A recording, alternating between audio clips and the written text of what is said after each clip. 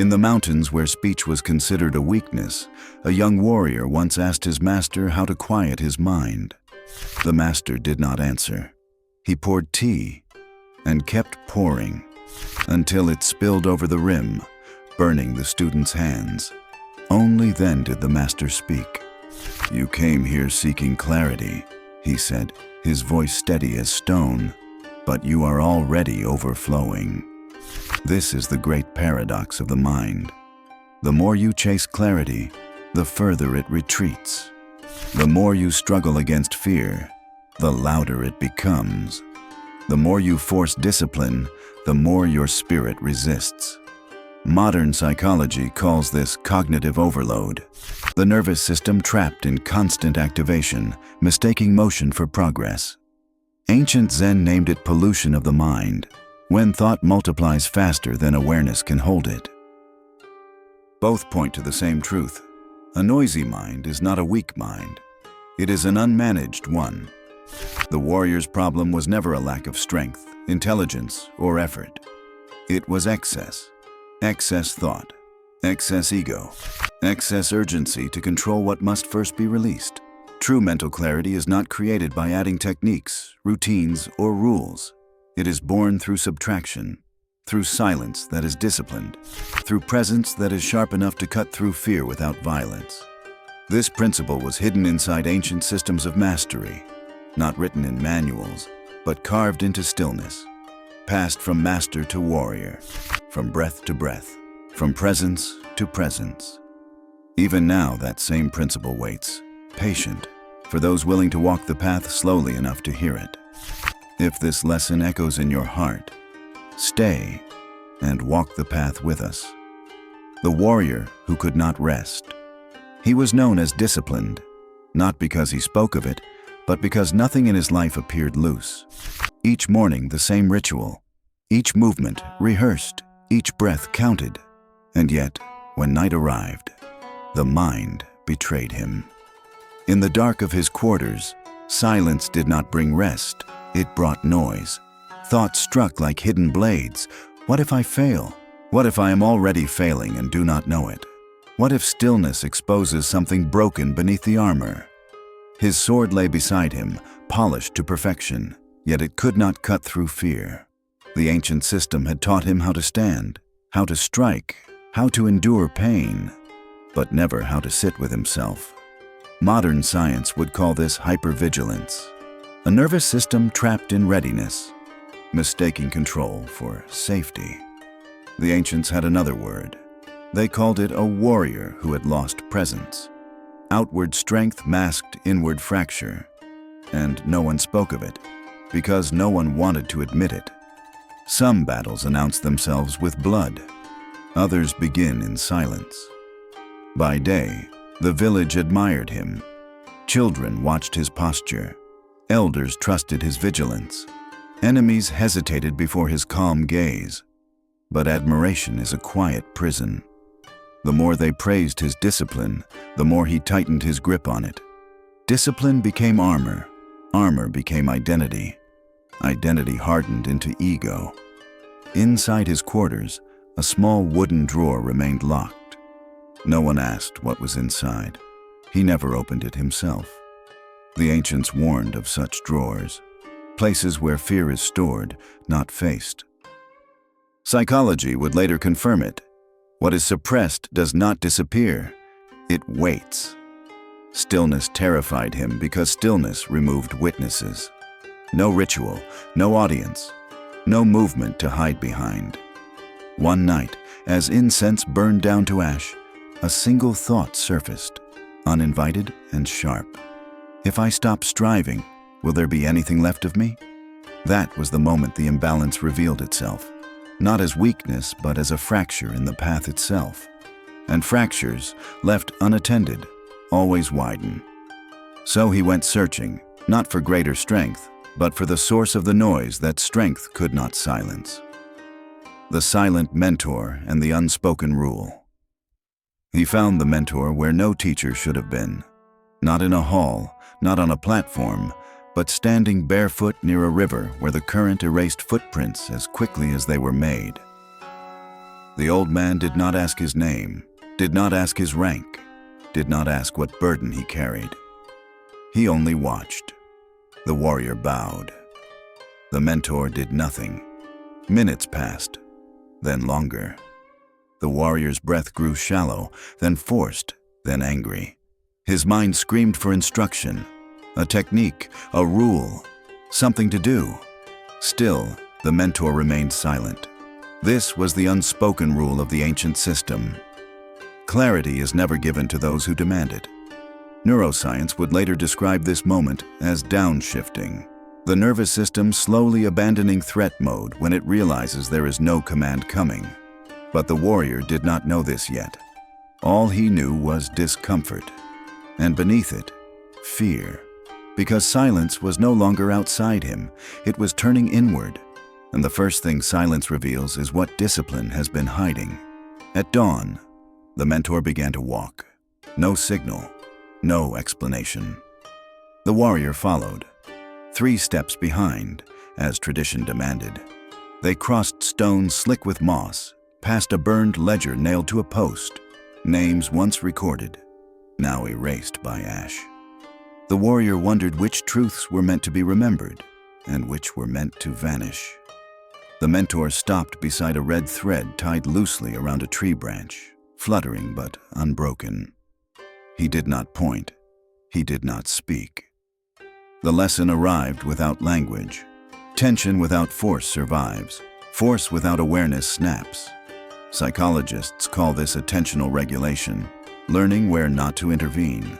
The ancients called it alignment. The warrior felt something unfamiliar, his breath settling without command, his shoulders lowering without instruction. For the first time, discipline did not feel like restraint. It felt like permission. The mentor finally spoke, only once. "Do not correct the mind," he said. "Stand where it settles." The warrior understood only later why those words were dangerous. Because once the mind learns to settle on its own, it no longer obeys fear. The fear that thrives on attention. Silence did not calm him. It sharpened everything. When the warrior sat as instructed, back straight, hands open, fear arrived like a flood breaking a weakened gate. Faces he had forgotten returned without warning. Battles replayed themselves with altered endings. Moments where he had hesitated now screamed accusations. His breath tightened, his jaw locked. Instinct demanded action.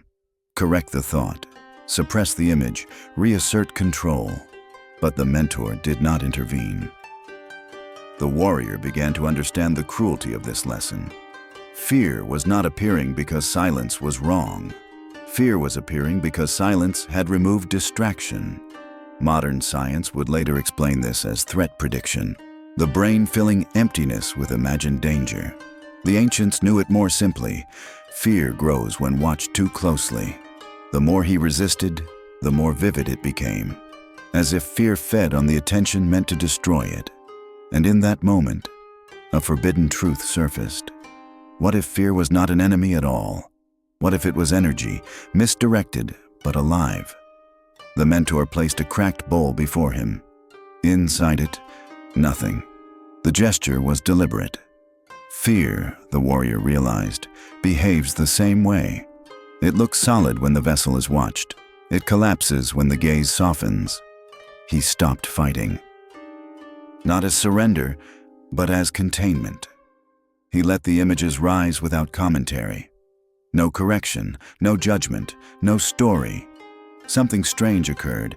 The fear did not disappear, but it lost its voice. Neuroscience calls this extinction learning. The brain unlearning its false alarms when they are no longer rewarded with reaction. The ancients called it starving the ghost. His heartbeat slowed. His hands warmed. For the first time, fear felt smaller than the space around it. Strength, he realized, was never about dominance. It was about capacity, the ability to hold intensity without collapse. The mentor nodded once. Fear had not been defeated. It had been disarmed. And yet, beneath that calm, something else waited. A deeper silence, a more dangerous threshold. because when fear loosens its grip, the ego begins to panic. The discipline of doing nothing. The mentor gave him no new posture, no chant, no breathing pattern carved into stone. Instead, he removed something. "Do not intervene," the mentor said, not as instruction, but as a warning. The warrior sat, and every instinct rebelled. Thoughts rose, and his training demanded correction. Emotion surfaced, and discipline urged suppression. The ancient habits of effort clawed at his spine like a reflex sharpened by years of survival. But the mentor remained unmoved. This was the rarest discipline in the ancient system, the one never written down. The discipline of not fixing. Modern science would later name this default mode quieting, when the brain ceases its compulsive narration once it realizes no action is required. The ancients called it returning to the path. The ego panicked first. Without effort, it had no role. Without struggle, it had no proof of worth. Stillness felt dangerous, like standing unarmed in familiar territory that suddenly refused to recognize him. And in that discomfort, something old began to loosen. Minutes stretched into something unfamiliar, not boredom, not peace, a threshold. The warrior noticed his breath organizing itself without command, his spine aligning without instruction, his thoughts thinning, not erased, but spaced apart like trees after a forest fire. The mentor placed a stone beside him, smooth, unmarked, untouched by intention. This, the warrior understood, was the symbol, clarity shaped by time, not force. Neuroscience would call this neural uncoupling. The moment attention releases its grip and the mind stops rehearsing itself. The ancients had no name for it. They simply waited for it. The ego weakened quietly. No collapse, no drama, just absence. And absence felt like loss, because effort had been his identity. Without it, who was he? The question was not answered. It was dissolved. The mentor stood and walked away. The warrior remained seated, not because he was told to, but because leaving felt unnecessary. And in that stillness, he sensed the next danger approaching, not fear, but freedom, when the sword becomes an extension of silence. He returned to the training ground before dawn, when the earth still held the night's breath. The wooden posts stood as they always had, scarred, patient, indifferent. Yet the space between them felt wider, as if silence had learned to stretch. He lifted the sword. There was no rehearsal in his mind, no inner voice naming angles or outcomes. The blade moved anyway, not faster, cleaner. Each cut arrived without announcement, as if the decision had been made long before the arm obeyed. Where fear once interrupted. What if I miss? What if I fail? There was only contact.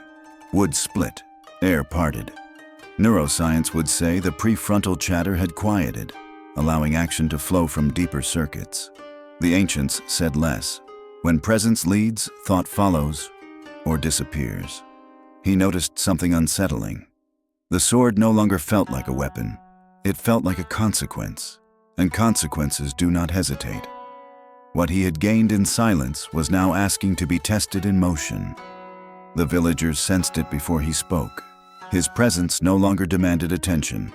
It absorbed it.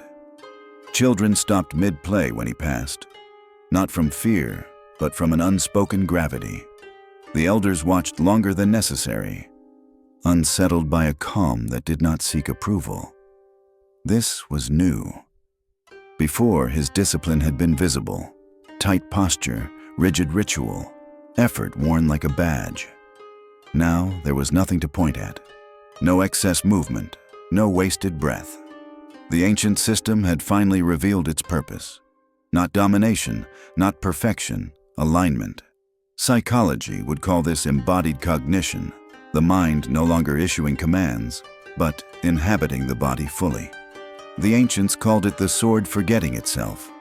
He trained less, improved more, and in that efficiency, another truth surfaced, quiet and dangerous. When mastery becomes silent, it can no longer be seen, and what cannot be seen is often misunderstood or feared. The mentor did not return. He did not need to. Because the final test of clarity is not how you move, but how the world begins to move around you. Walking the path without needing to arrive. The mentor did not announce his departure. One morning, the place where he used to stand was simply empty. No farewell, no final instruction carved into memory.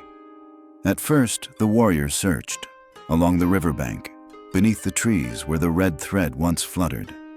But searching felt wrong now, like gripping water. Something had changed in him. The absence of the mentor did not create panic, it created space.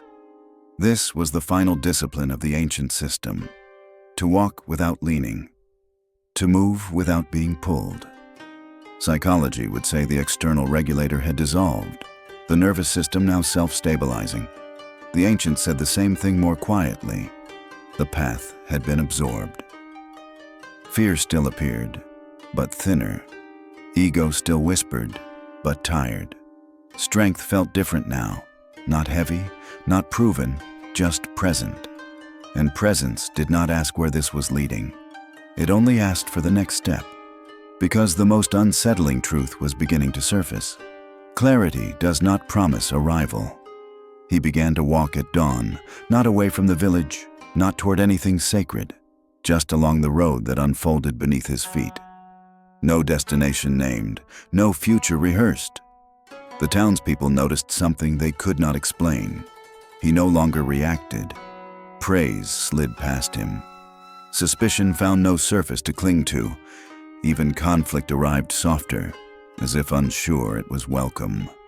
The locked drawer in his quarters remained unopened, not from fear, but because it no longer mattered what it contained. The burned ledger stayed burned. The red thread was gone, yet its lesson held. Neuroscience would say his mind had shifted from narrative self to experiential self, identity no longer constructed moment by moment. The ancients said it more dangerously. The ego had loosened its claim. Clarity was no longer something he reached for. It arrived when he stood still inside motion. And yet, as the path curved beyond sight, a quiet question followed him like a shadow with no source. If the mind no longer fights, what then decides who you become?